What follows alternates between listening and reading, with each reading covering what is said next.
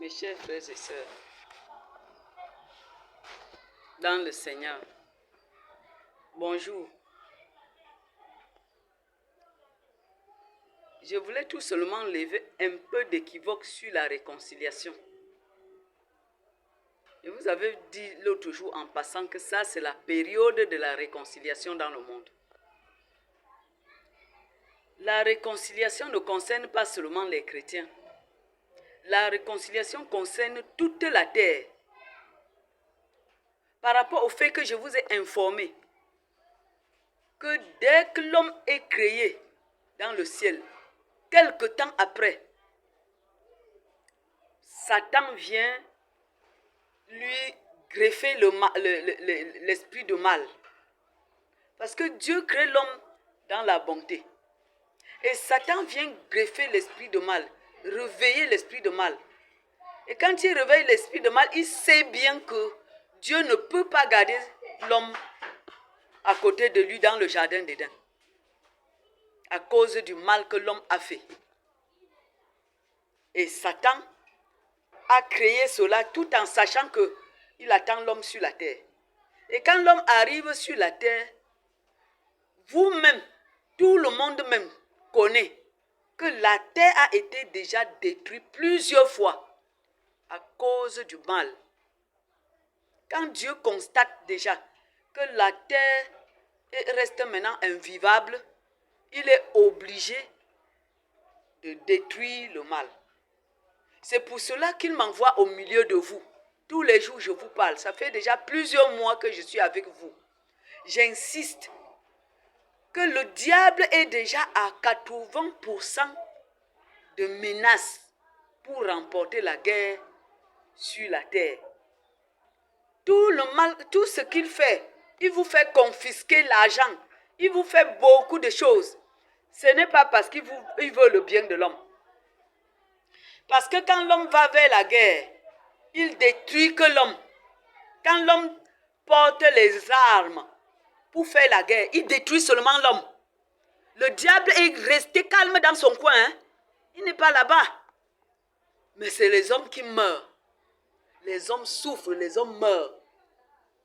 Le diable, lui, il est calme là, quelque part dans son coin. Mais il attend juste le résultat pour qu'il verse son peuple sur la terre. Il a aussi ces conneries qu'il est en train de multiplier, même dans les machines, pour favoriser que ce sont les hommes qui doivent vivre sur la terre. Après que vous vous battez, vous vous détruisez. Et lui maintenant, il vient s'installer. Il a tous les secrets pour vous détruire.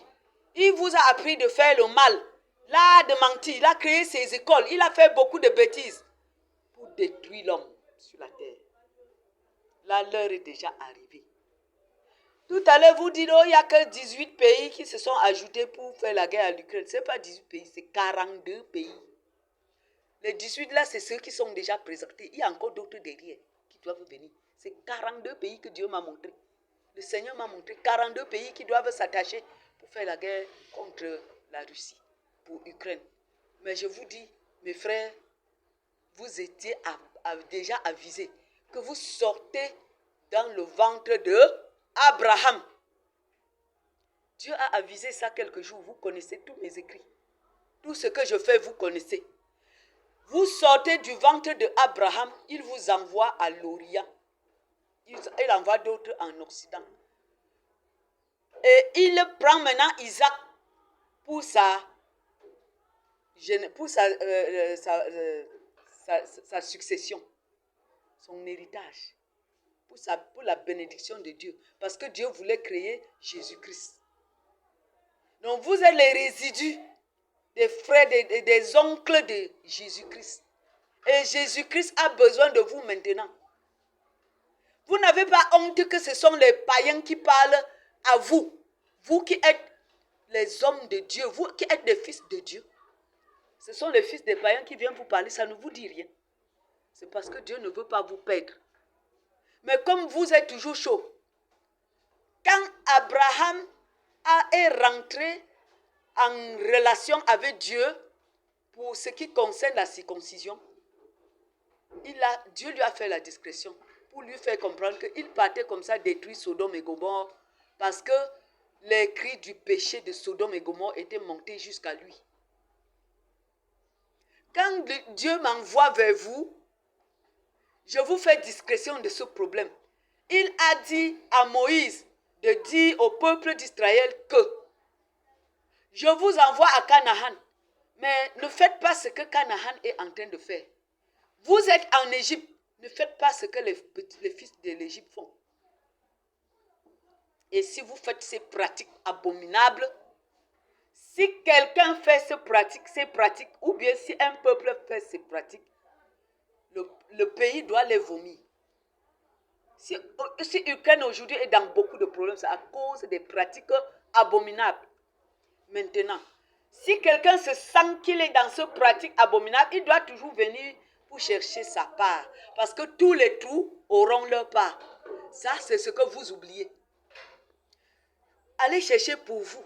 Parce que vous êtes préparés pour être détruits. C'est ça que vous voulez comprendre. Mais pour moi, je voulais vous proposer, je vous ai toujours proposé de repentez-vous. Déconnectez-vous de Satan tout de suite. Donnez vos âmes à Jésus-Christ. Parce que c'est lui qui est le seul pardonneur. C'est Dieu qui pardonne tout. Et il ne veut pas nous perdre.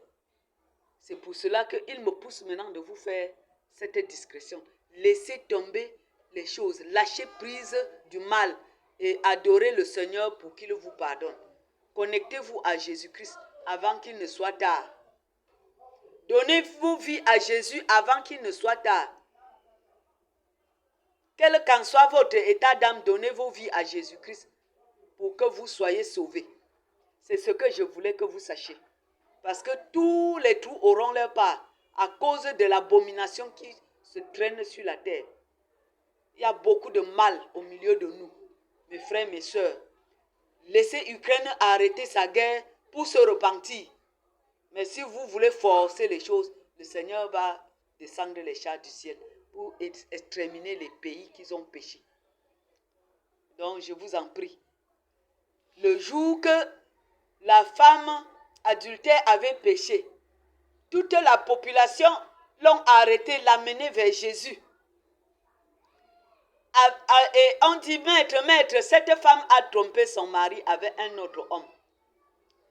Le Seigneur Jésus a mis sa main par terre et a commencé à écrire et a dit, si parmi vous, il y a quelqu'un qui n'a jamais péché, que la personne commence à jeter la pierre sur cette femme.